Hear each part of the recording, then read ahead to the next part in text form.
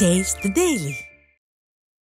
தூத்துக்குடி மாவட்டம் விளாத்திக்குளம் அருகே நடைபெற்ற மாட்டு வண்டி பந்தயத்தில் வெற்றி பெற்றவர்களுக்கு பல்வேறு பரிசுகள் வழங்கப்பட்டன. கத்தாளம்பட்டி கிராமத்தில் ஸ்ரீ காலடி கருப்பசாமி கோயில் கும்பாபிஷேக விழாவை ஒட்டி மாட்டு வண்டி பந்தயம் நடத்தப்பட்டது. இதில் 34 ஜோடி மாடுகள் கலந்து கொண்டு சீறி பாய்ந்தன. 2 பிரிவுகளில் நடத்தப்பட்ட மாட்டு வண்டி பந்தயத்தில் வெற்றி பெற்றவர்களுக்கு ரொக்கத்தொகை, குத்துவிளக்கு, சுழற்கோப்பைகள் வழங்கப்பட்டது. நீலகிரி மாவட்டம் குன்னூரில் நிலவும் கடும் பனிப்பொழிவால் தேயிலை செடிகள் பாதிப்படைந்துள்ளதாக விவசாயிகள் கவலை தெரிவிக்கின்றனர். டிசம்பர் மாதம் முதலே கடும் பனிமூட்டம் நிலவுவதால் சூரிய வெளிச்சம் இல்லாததால் ஈரப்பதம் அதிகரித்து தேயிலை செடிகளில் கொப்புள நோய் பரவல் அதிகரித்துள்ளது. இதனால் தேயிலை மகசூல் குறையும் அபாயம் உள்ளதால் விவசாயிகள் கவலையடைந்துள்ளனர். ஸ்டாலின் அரசின் மாவட்ட நிர்வாகமும் தோட்டக்கலைத்துறையும் உரிய நடவடிக்கைகளை மேற்கொள்ள வேண்டும் என விவசாயிகள் வலியுறுத்துகின்றனர். திருவள்ளூர் மாவட்டம் திருத்தணி முருகன் கோயிலில் வார விடுமுறையொட்டி ஆயிரக்கணக்கான பக்தர்கள் நீண்ட வரிசையில் காத்திருந்து சுவாமி தரிசனம் செய்தனர். வார விடுமுறை என்பதால் திருத்தணி முருகன் கோயிலுக்கு தமிழ்நாட்டின் பல்வேறு மாவட்டங்களிலிருந்தும் ஏராளமான பக்தர்கள் வந்திருந்தனர்.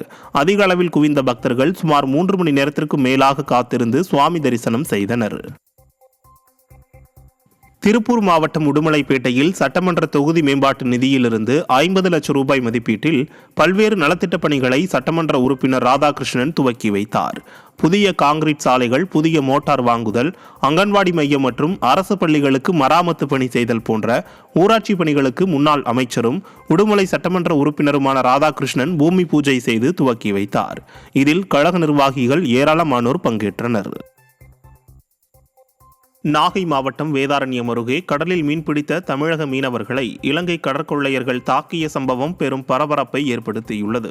வேதாரண்யம் அடுத்த கோடியக்கரை கடற்பகுதியில் 2 ஃபைபர் படகுகளில் மீன்பிடித்துக் கொண்டிருந்த 6 மீனவர்களை இலங்கை கடற்கொள்ளையர்கள் ஆயுதங்களால் தாக்கி மீன் வலை உள்ளிட்ட 3 லட்சம் ரூபாய் மதிப்புள்ள பொருட்களை கொள்ளையடித்தனர். இதில் காயமடைந்த மீனவர்கள் வேதாரண்யம் மருத்துவமனையில் சிகிச்சை அளிக்கப்பட்டது.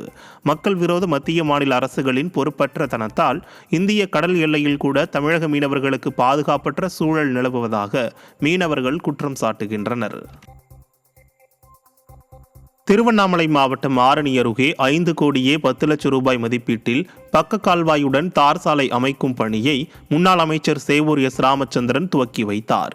மாங்காமரம் பேருந்து நிறுத்தம் அருகே இரும்பேடு புறவழிச்சாலையில் 2.4 கிலோமீட்டர் தூரத்திற்கு தார் சாலை மற்றும் 600 மீட்டர் பக்க கால்வாயுடன் கல்வெட்டு அமைக்கும் பணி ஆகியவற்றுக்கான பூமி பூஜை நடைபெற்றது. இதில் முன்னாள் அமைச்சரும் ஆரணி சட்டமன்ற உறுப்பினருமான சேவூர் எஸ். ராமச்சந்திரன் கலந்து கொண்டு பணிகளை துவக்கி வைத்தார். இதில் கழக நிர்வாகிகள் பலர் பங்கேற்றனர்.